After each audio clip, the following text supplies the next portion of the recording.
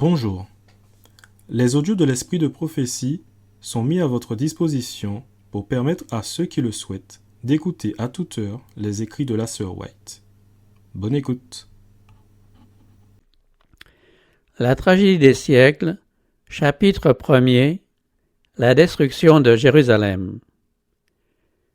C'était au temps de la Pâque. De tous les pays environnants, les enfants de Jacob étaient accourus dans la ville sainte pour participer à leur grande fête nationale. Du haut de la colline des Oliviers, Jésus contemplait Jérusalem. C'était une scène de paix et de beauté. Entouré de vignes, de jardins et de gradins verdoyants qui émaillaient les tentes des pèlerins, s'élevaient en terrasse les palais somptueux et les imposants remparts de la capitale d'Israël. La fille de Sion semblait dire dans son orgueil « Je suis assise comme une reine, je ne verrai point de deuil ». Elle était alors aussi belle, et elle se croyait aussi sûre de la faveur divine qu'à l'époque où le barde royal chantait « Belle est la colline, joie de toute la terre, la ville du grand roi ». En face se dressaient les magnifiques constructions du temple. Sous les rayons du soleil couchant, éclairant la blancheur neigeuse de ses murailles de marbre, rutilaient les ors des tours, des portes et des créneaux. Parfaite en beauté, elle était l'orgueil de la nation juive. Aucun fils d'Israël ne pouvait regarder ce tableau sans un frisson de joie et d'admiration. Mais d'autres pensées troublaient le cœur du maître. Comme il approchait de la ville, Jésus, en la voyant, pleura sur elle. Au milieu de la joie universelle de son entrée triomphale, tandis que s'agitent autour de lui des branches de palmier, que de joyeux hosannas réveillent les échos des montagnes, et que des milliers de voix le proclament roi, le Sauveur est soudain envahi d'une douleur mystérieuse. Fils de Dieu, espérance d'Israël, vainqueur de la mort et du tombeau, il est saisi non par un chagrin passager, mais par une douleur si intense que son visage est inondé de larmes. Jésus ne pleurait pas sur lui-même, bien qu'il sût parfaitement où sa carrière devait aboutir. Il voyait devant lui Gethsémané, le lieu de sa prochaine agonie. Plus loin était la porte des brebis, par laquelle, des siècles durant, des milliers de victimes avaient été menées au sacrifice, et qui allait bientôt s'ouvrir pour lui, antitype de l'agneau qu'on mène à la boucherie. À peu de distance, on distinguait le calvaire, futur théâtre de la crucifixion. Sur le sentier de l'immolation expiatoire que Jésus allait bientôt fouler, un suaire d'effroyables ténèbres l'attendait. Et pourtant, ce n'est pas cette sombre vision qui le navre à cette heure de joie universelle.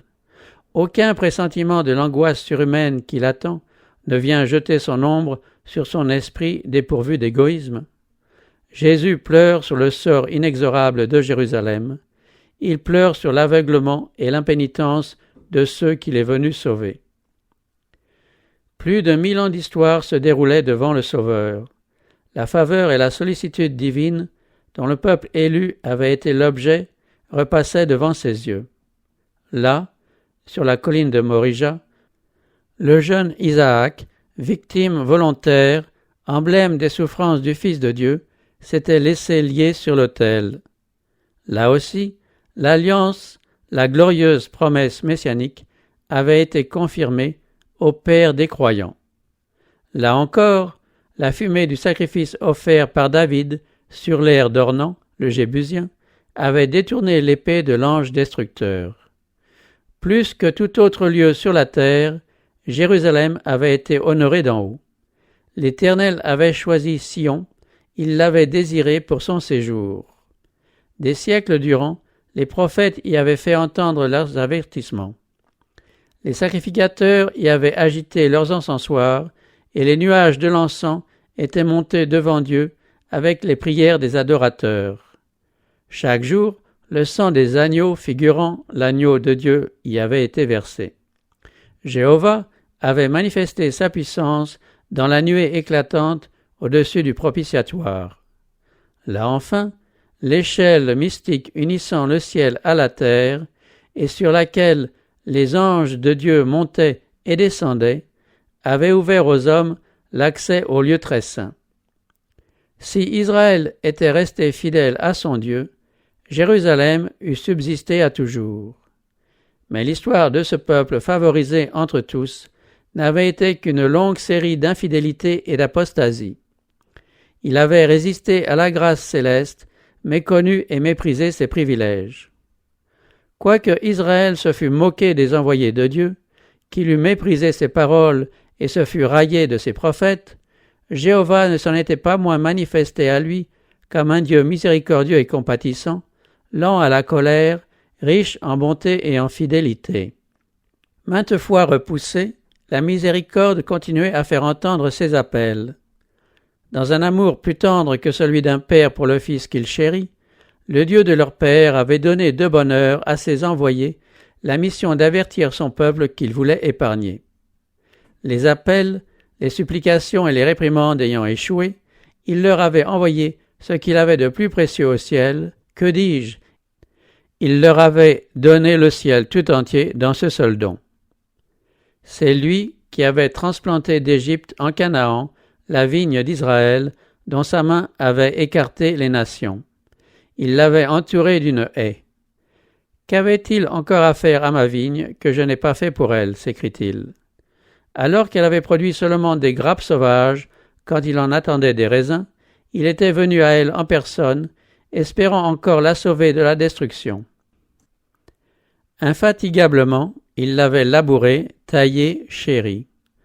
3 années durant, le Dieu de gloire avait vécu parmi son peuple, allant de lieu en lieu, faisant du bien et guérissant tous ceux qui étaient sous l'empire du diable, pansant les cœurs meurtris, mettant en liberté les captifs, rendant la vue aux aveugles, guérissant les boiteux, purifiant les lépreux, ressuscitant les morts et annonçant la bonne nouvelle aux pauvres. À tous, sans distinction de classe, il avait adressé ce tendre appel: « Venez à moi, vous tous, qui êtes fatigués et chargés, et je vous donnerai du repos. » Bien qu'on lui eût rendu le mal pour le bien, la haine pour sa bonté, il n'en avait pas moins persévéré dans sa mission d'amour. Il n'avait repoussé aucun de ceux qui recherchaient sa grâce. Errant et sans abri, repoussé et méconnu, il avait vécu pour soulager la souffrance, suppliant les hommes d'accepter le don de la vie. Les vagues de la miséricorde, repoussées par des cœurs obstinés, refluant en ondes d'amour inexprimables. Mais Israël s'était détourné de son meilleur ami et de son unique libérateur. Il avait dédaigné ses supplications, méprisé ses conseils et tourné en dérision ses avertissements. L'heure de la grâce et du pardon s'envolait rapidement. La coupe de la colère de Dieu, si longtemps différée, était presque pleine. Les sombres nuages que des siècles d'apostasie et de révolte avaient accumulés, alors gros de menaces, allaient éclater sur la nation coupable. Israël rejetait celui qui seul pouvait le sauver de la ruine imminente et se préparait à le crucifier. Quand le Sauveur sera suspendu au bois, les jours de ce peuple favorisé de Dieu seront révolus. La perte d'une âme est une calamité qui éclipse tous les gains et les trésors du monde. En contemplant Jérusalem, le Sauveur voit la perte d'une ville, d'une nation tout entière. Et quelle ville, quelle nation! Celle qui a été l'élue de Dieu, son trésor particulier. Les prophètes s'étaient lamentés sur l'apostasie d'Israël et sur les terribles calamités que ses péchés lui préparaient. Jérémie avait souhaité que ses yeux fussent changés en une source de larmes pour pleurer nuit et jour les morts de la fille de son peuple, ainsi que le troupeau de l'Éternel emmené en captivité. Aussi, quel devait être le chagrin de celui dont le regard prophétique, embrassant non seulement les années mais les siècles, contemplait l'épée de l'ange destructeur dégainée contre une ville qui avait été si longtemps la demeure de Jéhovah. Du haut de la colline des Oliviers, du lieu même que devaient occuper plus tard les armées de Titus, Jésus, les yeux voilés de larmes, regarde, à travers la vallée, les portiques sacrés du temple. Une vision terrifiante s'offre à ses yeux.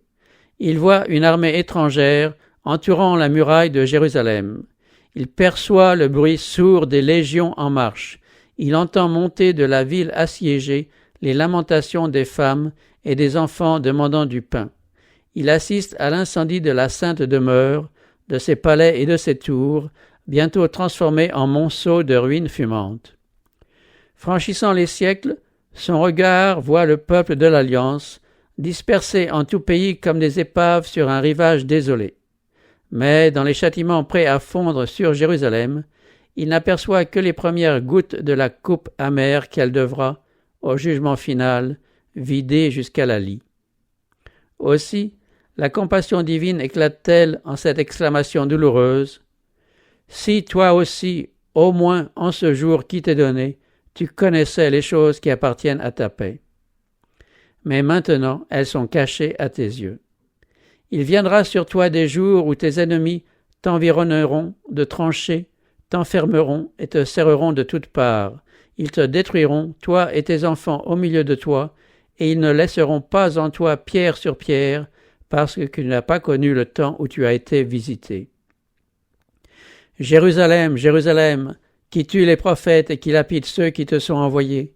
Combien de fois ai-je voulu rassembler tes enfants, comme une poule rassemble ses poussins sous ses ailes, et vous ne l'avez pas voulu. Ô nation favorisée entre toutes, que n'as-tu connu le temps où tu as été visité?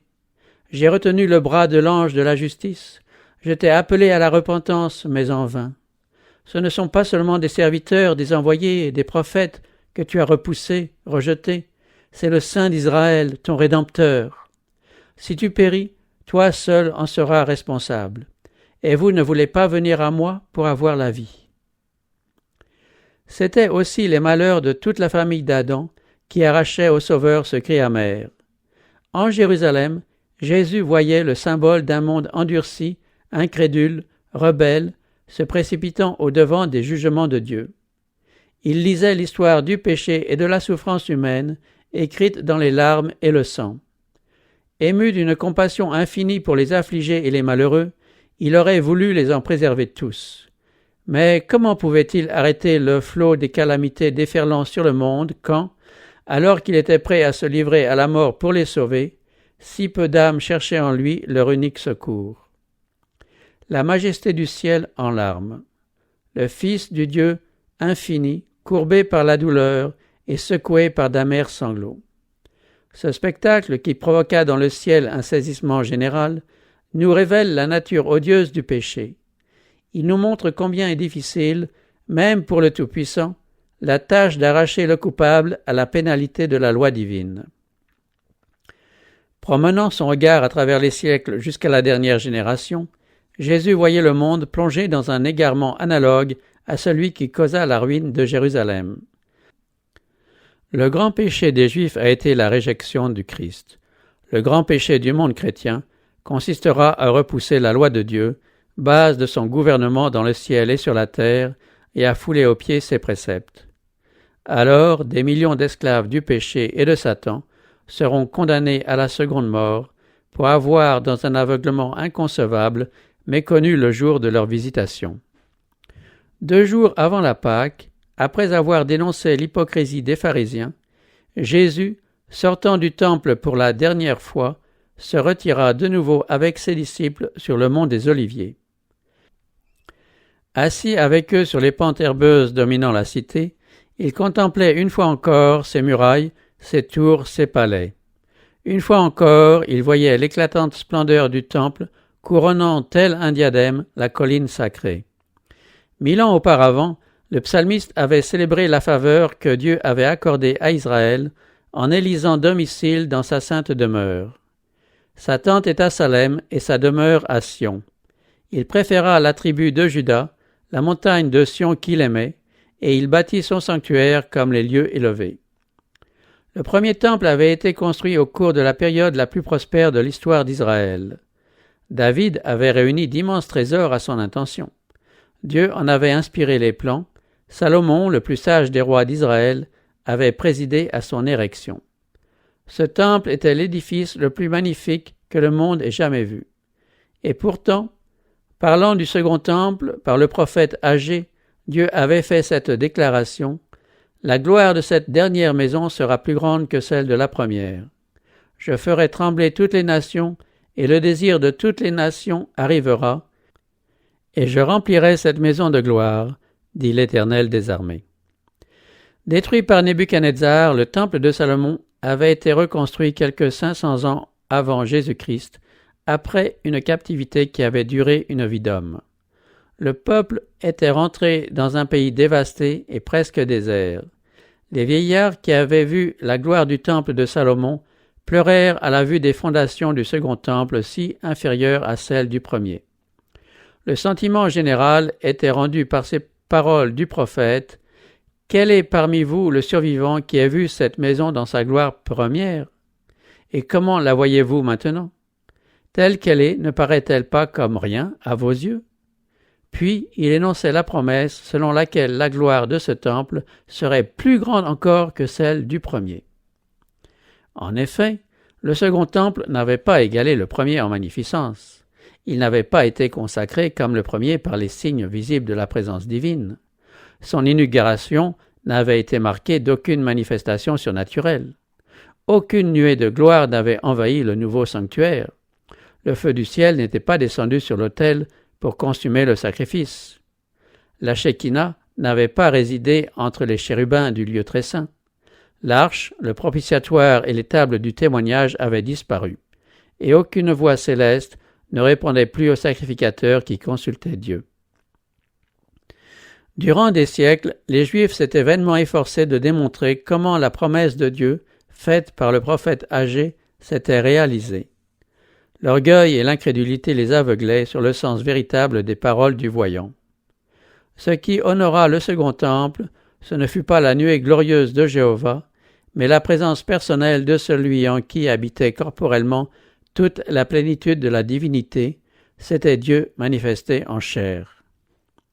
C'est quand le Nazaréen avait enseigné et guéri dans ses parvis sacrés que le désir de toutes les nations était entré dans son temple.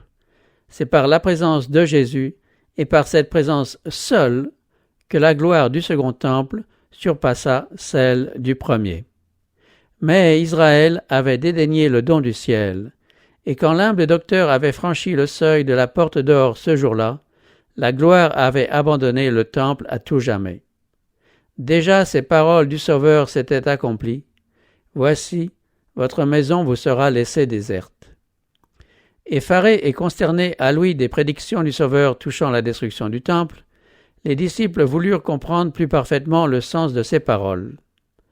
Pendant 40 ans, les travaux, l'argent, le génie des architectes, rien n'avait été épargné pour rendre cet édifice à sa splendeur première. Hérode le Grand y avait consacré les richesses des Romains et celles de la Judée. L'empereur lui-même l'avait comblé de ses dons. Des blocs de marbre blanc de dimensions presque fabuleuses, envoyés de Rome, faisaient partie de ces murailles. C'est sur ces puissantes structures que les disciples, réunis autour du Maître, appelèrent son attention en ces termes. « Maître, regarde, quelle pierre et quelle construction !» Jésus répondit par cette parole saisissante.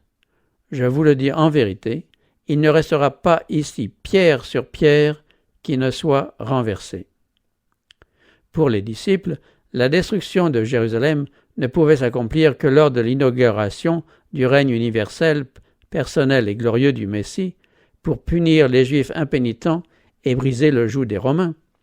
Et comme Jésus leur avait déclaré qu'il viendrait une seconde fois, leur pensée à la mention de la ruine de Jérusalem se reporta sur cette seconde venue. De là cette triple question qu'ils lui posèrent sur la colline des Oliviers. « Dis-nous, quand cela arrivera-t-il, et quel sera le signe de ton avènement et de la fin du monde ?» Jésus leur donna une esquisse des événements les plus saillants qui devaient survenir avant la fin des temps. Ces prédictions, qui ne furent pas alors pleinement comprises, étaient destinées à devenir de plus en plus intelligibles au peuple de Dieu à mesure que le besoin s'en ferait sentir. L'avenir était miséricordieusement voilé aux disciples. S'ils avaient alors nettement saisi la portée de ces deux événements sinistres, le supplice et la mort du Sauveur, ainsi que la destruction de Jérusalem et du Temple, ils auraient été glacés d'horreur. Or, la prophétie du Maître avait un double sens. Elle annonçait à la fois la destruction de Jérusalem et les terreurs du grand jour final. Aux disciples attentifs, Jésus annonce les calamités qui vont fondre sur Israël apostat, en particulier parce qu'il rejette le Messie et qu'il se prépare à le crucifier. Des signes indiscutables devront annoncer cette catastrophe terrible et soudaine. Aussi, le Sauveur donne-t-il à ses disciples cet avertissement. C'est pourquoi, lorsque vous verrez l'abomination de la désolation, dont a parlé le prophète Daniel, établi en lieu saint, que celui qui lit fasse attention, alors que ceux qui seront en Judée fuient dans les montagnes. Dès que les étendards des Romains se dresseront dans l'enceinte sacrée qui s'étend à quelque distance des murailles de la ville sainte, les chrétiens devront chercher leur salut dans la fuite. Aussitôt que les signes paraîtront, qu'on se trouve dans la Judée ou à Jérusalem, il faudra partir sans délai. Celui qui se trouvera au haut de la maison ne devra pas s'aviser d'y rentrer pour emporter ses objets de prix. Ceux qui travailleront dans les champs ou les vignes ne devront pas revenir sur leurs pas pour prendre le vêtement déposé durant la chaleur du jour. Ceux qui voudront échapper à la destruction générale n'auront pas un instant à perdre. Sous le règne d'Hérode, Jérusalem avait été non seulement embellie, mais on y avait construit des murailles, des tours et des forteresses qui, jointes à sa situation exceptionnelle, l'avaient rendue apparemment imprenable. Celui qui, au temps du Christ, aurait publiquement annoncé sa ruine aurait été pris, comme Noé, pour un alarmiste ou un détraqué. Or, Jésus avait dit « Le ciel et la terre passeront, mais mes paroles ne passeront point. » La colère de Dieu s'était enflammée contre Jérusalem à cause de ses péchés. Son incrédulité obstinée rendait sa perte inévitable. Par le prophète Michée, le Seigneur avait déclaré « Écoutez donc ceci, chefs de la maison de Jacob et princes de la maison d'Israël, vous qui avez en horreur la justice, qui pervertissez tout ce qui est droit, vous qui bâtissez Sion avec le sang et Jérusalem avec l'iniquité. Ces chefs jugent pour des présents, ces sacrificateurs enseignent pour un salaire, et ces prophètes prédisent pour de l'argent. Et ils osent s'appuyer sur l'Éternel, ils disent « L'Éternel n'est-il pas au milieu de nous? Le malheur ne nous atteindra pas. » Ces paroles décrivaient bien la cupidité et la propre justice des habitants de Jérusalem, qui professaient s'attacher strictement à l'observation des préceptes de la loi de Dieu et en transgressaient tous les principes. Ces derniers haïssaient celui dont la pureté et la sainteté dévoilaient leurs projets criminels. Tout en reconnaissant son innocence, ils avaient déclaré sa mort nécessaire à la sécurité de la nation. Si nous le laissons faire, tous croiront en lui, et les Romains viendront détruire et notre ville et notre nation. Ils pensaient, en supprimant le Sauveur, devenir un peuple fort et uni. Ils partageaient ainsi le sentiment du nouveau sacrificateur qui préférait qu'un seul homme mourût pour le peuple et que la nation entière ne pérît point. Ainsi, les chefs de la nation juive bâtissaient Sion avec le sang et Jérusalem avec l'iniquité. Cependant, au moment où ils mettaient à mort le Sauveur parce qu'il leur révélait leurs péchés, ils se considéraient dans leur propre justice comme les favoris du ciel et comptaient que Dieu les délivrerait de leurs ennemis. C'est pourquoi, à cause de vous, Sion sera labouré comme un champ, Jérusalem deviendra un monceau de pierre, et la montagne du temple une sommité couverte de bois. La miséricorde de Dieu fut merveilleuse envers ceux qui méprisèrent son évangile et mirent à mort son Fils. Pendant 40 ans, le Seigneur différa l'exécution des jugements prononcés sur la ville et sur la nation. La parabole du figuier stérile représente sa manière d'agir envers le peuple juif. Cet ordre avait été donné « Coupe-le, pourquoi occupe-t-il la terre inutilement ?» Mais la bienveillance divine l'épargnait encore. Nombreux étaient, parmi les Juifs, ceux qui ignoraient la nature de l'œuvre du Sauveur. Les enfants n'avaient pas eu l'occasion de recevoir les enseignements que leurs parents avaient méprisés.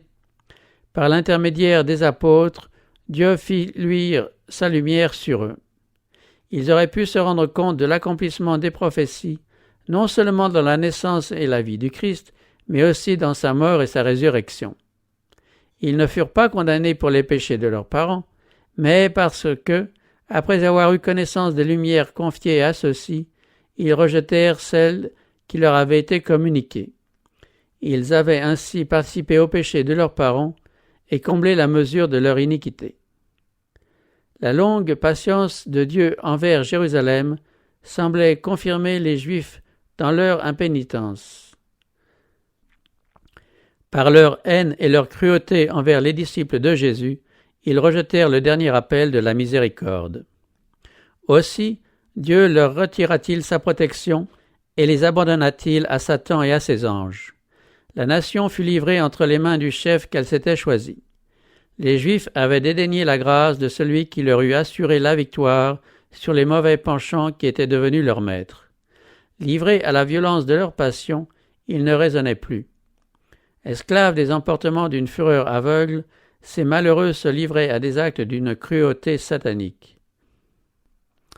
Dans la famille comme dans l'État, dans les classes élevées comme dans le bas peuple, on ne rencontrait que suspicion, envie, haine, discorde et assassinat. Il n'y avait de sécurité nulle part.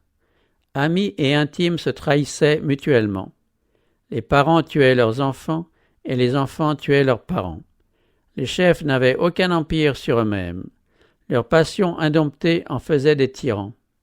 Les Juifs avaient accepté de faux témoignages contre le Fils de Dieu, et maintenant leur vie était constamment menacée par des délateurs. Depuis longtemps, ils avaient dit par leurs actes « Éloignez de notre présence le Saint d'Israël ». Leur vœu était accompli. La crainte de Dieu ne les retenait plus. Satan, maître des autorités civiles et religieuses, était à la tête de la nation. Parfois, les chefs des factions ennemies s'entendaient pour piller et torturer leurs malheureuses victimes, puis ils en venaient aux mains et s'entr'égorgeaient sans miséricorde. La sainteté même du temple ne mettait aucun frein à leur férocité. Les adorateurs étaient mis à mort devant l'autel, et le sanctuaire était souillé de cadavres. Néanmoins, dans leur présomption aveugle et blasphématoire, les instigateurs de cette œuvre infernale déclaraient hautement qu'ils étaient sans inquiétude sur le sort de Jérusalem, puisqu'elle était la ville de Dieu. Pour affermir leur autorité, ils subornèrent de faux prophètes qui, au moment même où les légions romaines assiégeaient le temple, proclamèrent que la délivrance divine était imminente. Jusqu'à la fin, la foule demeura convaincue que Dieu interviendrait pour confondre les Romains. Mais Israël avait méprisé la protection du ciel et se trouvait maintenant sans défense. Malheureuse Jérusalem, déchirée par les factions, elle voyait ses rues arrosées du sang de ses enfants massacrés de ses propres mains, tandis que des armées ennemies abattaient ses fortifications et décimaient ses hommes de guerre. Toutes les prédictions de Jésus relatives à la ruine de Jérusalem s'accomplissaient à la lettre. Les Juifs voyaient se réaliser cet avertissement « On vous mesurera avec la mesure dont vous mesurez ». Des signes et des miracles, présages du désastre, apparurent. Au milieu de la nuit, une lumière surnaturelle brilla sur le temple et sur l'autel. Au coucher du soleil, on vit dans les nuages des chariots et des hommes de guerre prêts pour la bataille. Des sacrificateurs qui officiaient de nuit dans le sanctuaire furent terrifiés par des bruits mystérieux. Le sol trembla et on entendit de nombreuses voix qui disaient « Partons d'ici ». À minuit, la porte orientale, si lourde que 20 hommes pouvaient à peine la faire tourner sur ses gonds, et fermée par de puissantes barres solidement fixées dans des pierres massives, s'ouvrit d'elle-même.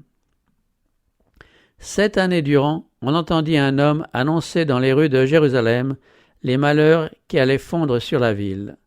Jour et nuit, on l'entendait répéter « Voix du côté de l'Orient, voix du côté de l'Occident, voix du côté des 4 vents, voix contre Jérusalem et contre le temple, voix contre les époux et les épouses, voix contre le peuple. » Cet être étrange fut emprisonné et battu de verges, mais jamais une plainte ne s'échappa de ses lèvres. Sa seule réponse aux injures et aux mauvais traitements était « Malheur, malheur à Jérusalem, malheur, malheur à ses habitants ». Il ne cessa de faire entendre ces avertissements que lorsqu'il fut tué au cours du siège qu'il avait annoncé. Aucun chrétien ne périt dans la ruine de Jérusalem. Les disciples qui avaient été avertis furent attentifs aux signes promis. « Lorsque vous verrez Jérusalem investie par des armées, avait dit Jésus, sachez alors que sa désolation est proche. Alors que ceux qui seront en Judée fuient dans les montagnes, que ceux qui seront au milieu de Jérusalem en sortent, et que ceux qui seront dans les champs n'entrent pas dans la ville. » Une armée romaine, placée sous la conduite de Cestius Gallus, avait investi Jérusalem. À peine arrivée, alors que tout semblait favoriser une attaque immédiate, elle levait le siège. Les assiégés, désespérant du succès, parlaient déjà de se rendre, quand le général romain battit en retraite sans la moindre raison apparente. Dieu, dans sa miséricorde, dirigeait les événements pour le bien de son peuple. Le signe promis avait paru, et l'occasion était donnée aux chrétiens sur le qui-vive et à tous ceux qui le voulaient d'obéir à l'ordre du Seigneur. Les choses tournèrent de telle façon que ni les Juifs ni les Romains ne s'opposèrent à leur fuite. Voyant que l'armée se retirait, les Juifs, sortant hors des murs de Jérusalem, se précipitèrent à sa poursuite, ce qui donna aux chrétiens l'occasion de quitter la ville. La campagne également était en ce moment-là débarrassée des ennemis qui auraient pu leur barrer la route. Tandis que les Juifs se trouvaient enfermés dans la ville à l'occasion de la fête des tabernacles, les chrétiens purent donc s'enfuir sans être molestés. Ils se réfugièrent en Pérée, au-delà du Jourdain, dans la ville de Péla. Les forces juives qui s'étaient jetées à la poursuite de Cestius attaquèrent son arrière-garde avec tant d'impétuosité qu'elle fut menacée d'une complète destruction. Elles rentrèrent triomphalement à Jérusalem, chargées de butin et n'ayant essuyé que des pertes légères. Mais cet apparent succès les servit mal. Il leur inspira un esprit de résistance obstinée qui, lorsque Titus en reprit le siège, attira sur la ville des maux indescriptibles. Jérusalem avait été investie durant la Pâque, alors qu'une multitude de Juifs se trouvait dans ses murs. Distribuées avec sagesse, les provisions auraient pu suffire des années durant. Elles furent détruites par les factions rivales des défenseurs, et bientôt les habitants se trouvèrent réduits à une horrible famine. Plusieurs rongeaient le cuir de leurs ceintures, de leurs sandales et de leurs boucliers. Une mesure de blé se vendait 1 talent. Nombre de gens se glissaient la nuit hors des murailles pour aller chercher quelques plantes sauvages à manger.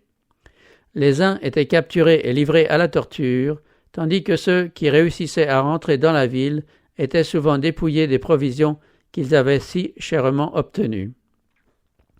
Les chefs infligeaient les traitements les plus inhumains aux personnes qu'ils soupçonnaient de détenir quelque aliment. Souvent bien nourris eux-mêmes, ils visaient à se faire des réserves pour l'avenir.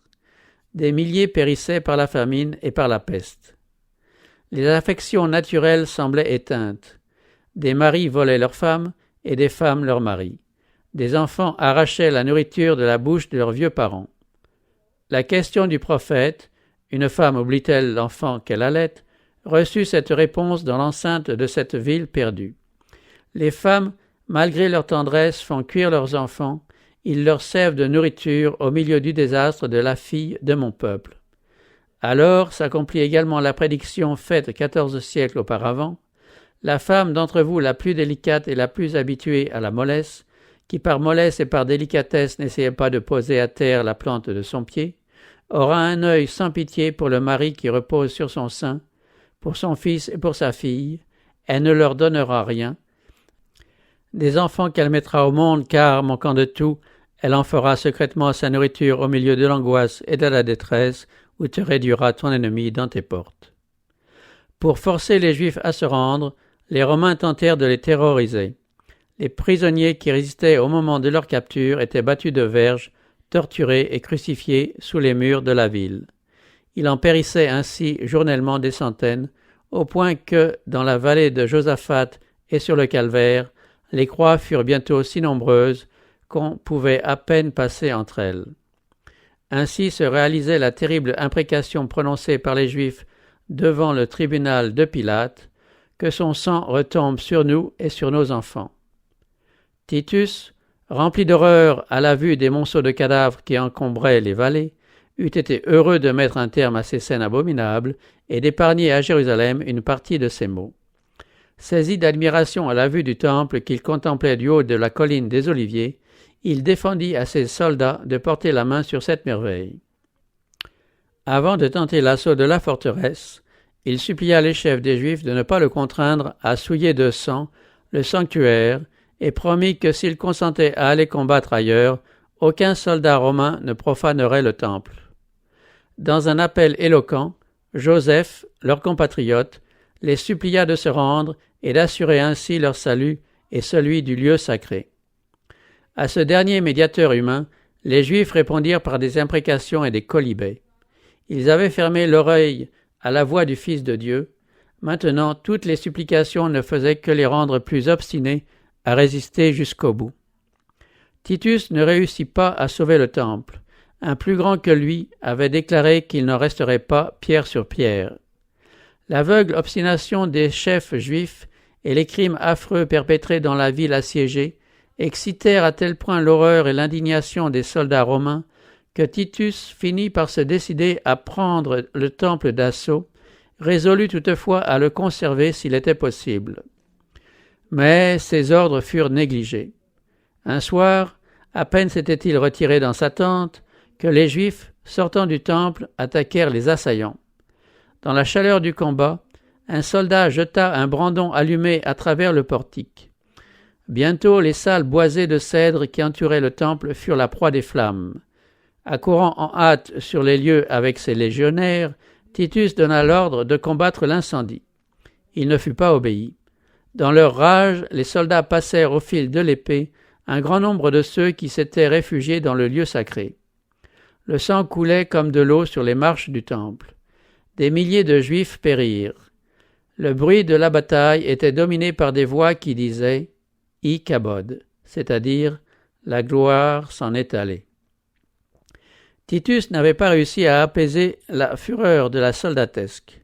Pénétrant avec ses officiers dans l'intérieur de l'édifice sacré, il fut émerveillé de sa splendeur.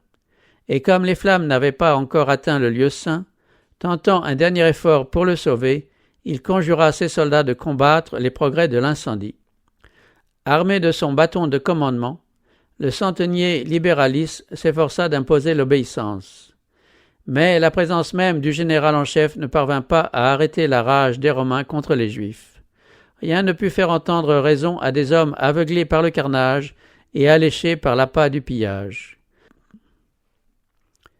Voyant l'or étinceler de toutes parts, à la lumière sinistre des flammes, les soldats s'imaginèrent que des trésors incalculables se trouvaient cachés dans le sanctuaire. Aveuglés par la fumée et les flammes, les officiers durent battre en retraite et abandonner le noble édifice à son sort. Spectacle terrifiant pour les Romains, mais combien plus pour les Juifs. Toute la crête de la colline qui dominait la ville flamboyait comme un volcan. Avec le fracas du tonnerre, les bâtiments, l'un après l'autre, s'effondraient dans un brasier dévorant. Les toits de cèdre ressemblaient à des nappes de flammes. Les pinacles dorés jetaient des reflets embrasés. Des tours s'élevaient des colonnes de fumée et de flammes dont la lueur éclairait les collines avoisinantes. Dans l'obscurité, des groupes d'assiégés, en proie à une angoisse mortelle, suivaient les progrès de l'incendie. Sur les murailles et les éminences de la haute ville, les assiégés, certains atterrés, d'autres exaspérés, se livraient au désespoir ou proféraient de vaines menaces. Les cris des soldats romains et les hurlements des insurgés, périssant dans les flammes, se mêlaient au crépitement de l'incendie, et les échos de la montagne répercutaient les lamentations du peuple massé sur les hauteurs. Des gens à demi-morts d'inanition rassemblaient ce qu'il leur restait de force pour faire entendre une dernière clameur d'angoisse et de désolation. À l'intérieur se déroulait un spectacle plus terrifiant encore.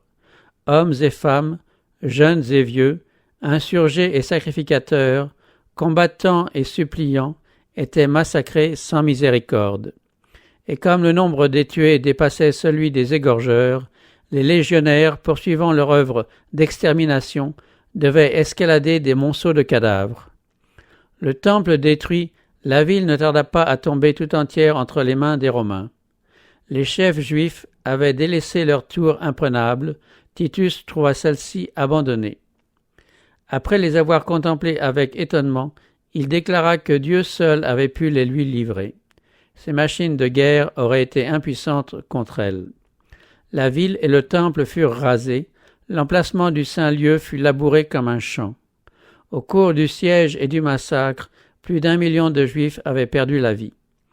Les survivants furent réduits en captivité, vendus comme esclaves, emmenés à Rome pour orner le triomphe du vainqueur, jetés aux bêtes féroces dans les arènes ou dispersés dans toutes les parties de la terre. En mettant le comble à leur endurcissement, les Juifs avaient forgé leur propre chaîne. La destruction de leur nation et tous les maux qui suivirent leur dispersion ne furent que le fruit de leurs œuvres. Le prophète l'avait dit, « Ce qui cause ta ruine, Israël, c'est que tu as été contre moi, car tu es tombé par ton iniquité. » Maints auteurs citent les souffrances du peuple juif comme l'accomplissement d'un décret divin. Par cette erreur, le grand séducteur s'efforce de masquer son œuvre. C'est à cause de leur mépris obstiné de la miséricorde et de l'amour divin que les Juifs s'étaient aliénés la protection du ciel et que Satan avait pu les dominer. Les cruautés inouïes dont ils se rendirent coupables durant le siège de Jérusalem démontrent la façon dont Satan traite ceux qui se soumettent à lui. Nous comprenons peu combien nous sommes redevables au Seigneur de la paix et de la protection dont nous jouissons. C'est la puissance de Dieu qui préserve l'humanité de tomber entièrement entre les mains de Satan. Les désobéissants et les ingrats feraient bien de le remercier de la patience et de la miséricorde avec lesquelles il tient en échec la cruauté du malin. C'est lorsqu'on dépasse les bornes de sa longanimité qu'il retire sa protection. Ce n'est pas Dieu qui exécute la sentence qui suit la transgression. Il se borne à abandonner à eux-mêmes les contempteurs de sa grâce, qui récoltent alors la moisson de leur semaille. Tout rayon de lumière rejeté, tout avertissement méprisé, toute mauvaise passion caressée, en un mot, toute transgression de la loi de Dieu est une semence qui porte sûrement ses fruits. L'Esprit de Dieu finit par abandonner le pécheur impénitent et le laisse désarmé devant ses propres passions, comme devant l'inimitié et la malignité de Satan. La destruction de Jérusalem est un avertissement solennel à l'adresse de tous ceux qui restent sourds aux offres de la grâce divine et qui résistent aux tendres appels de sa miséricorde. Jamais on ne vit témoignage plus décisif de la haine de Dieu pour le péché et de la certitude du châtiment qui fondra un jour sur les coupables. La prophétie du Seigneur touchant Jérusalem doit avoir un autre accomplissement dont ce néfaste événement n'est qu'une pâle image. Dans le triste sort de la cité élue, il faut lire ce qui arrivera à un monde qui a rejeté la miséricorde de Dieu et foulé aux pieds sa loi. Sombre est le tableau des souffrances dont notre terre a été le témoin au cours de ces longs siècles de crimes. À contempler les conséquences de la réjection de l'autorité du ciel, le cœur se serre et l'esprit se trouble. Mais une scène plus lugubre encore est cachée dans l'avenir.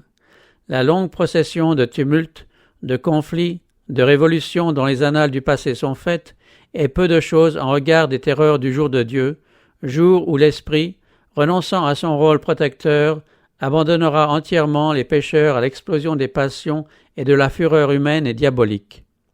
Alors, comme jamais auparavant, le monde contemplera les résultats du règne de Satan. En ce jour-là, comme lors de la destruction de Jérusalem, le peuple de Dieu, tous ceux qui se trouveront inscrits dans le livre seront délivrés. Jésus l'a promis, il reviendra pour prendre les siens avec lui. Toutes les tribus de la terre se lamenteront, et elles verront le Fils de l'homme venant sur les nuées du ciel avec puissance et une grande gloire. Il enverra ses anges avec la trompette retentissante, et ils rassembleront ses élus des 4 vents, depuis une extrémité des cieux jusqu'à l'autre. Alors, ceux qui ne connaissent pas Dieu et ceux qui n'obéissent pas à l'Évangile seront détruits par le souffle de sa bouche et anéantis par l'éclat de son avènement. Comme l'ancien Israël, les méchants se détruisent eux-mêmes. Ils sont victimes de leur iniquité. Une vie de péché les aura tellement éloignés de Dieu et dégradés que la manifestation de sa gloire sera pour eux un feu consumant. Prenons garde de ne pas négliger l'enseignement contenu dans les paroles du Sauveur. De même que Jésus avertit ses disciples de la destruction de Jérusalem et que, pour leur permettre d'y échapper, il leur en annonça les présages certains, il a aussi averti le monde de sa destruction. Il nous a donné des signes de l'approche de ce grand jour, afin que tous ceux qui le veulent puissent échapper à la colère à venir. Il y aura, dit Jésus, des signes dans le ciel, dans la lune et dans les étoiles. Et, sur la terre, il y aura de l'angoisse chez les nations qui ne sauront que faire au bruit de la mer et des flots.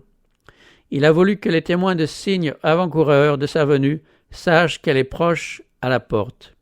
Veillez donc, telle est son exhortation. Ceux qui prennent garde à cet avertissement ne seront pas laissés dans les ténèbres pour que ce jour-là les prenne au dépourvu.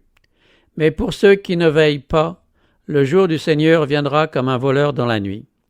Le monde aujourd'hui n'est pas mieux préparé à recevoir le message pour notre temps que les Juifs ne le furent à accueillir l'avertissement du Sauveur concernant Jérusalem. À quelque moment qu'il survienne, le jour du Seigneur prendra les méchants au dépourvu. La vie suivra son cours ordinaire, les hommes seront absorbés par leurs affaires, par leur commerce et par l'amour de l'argent.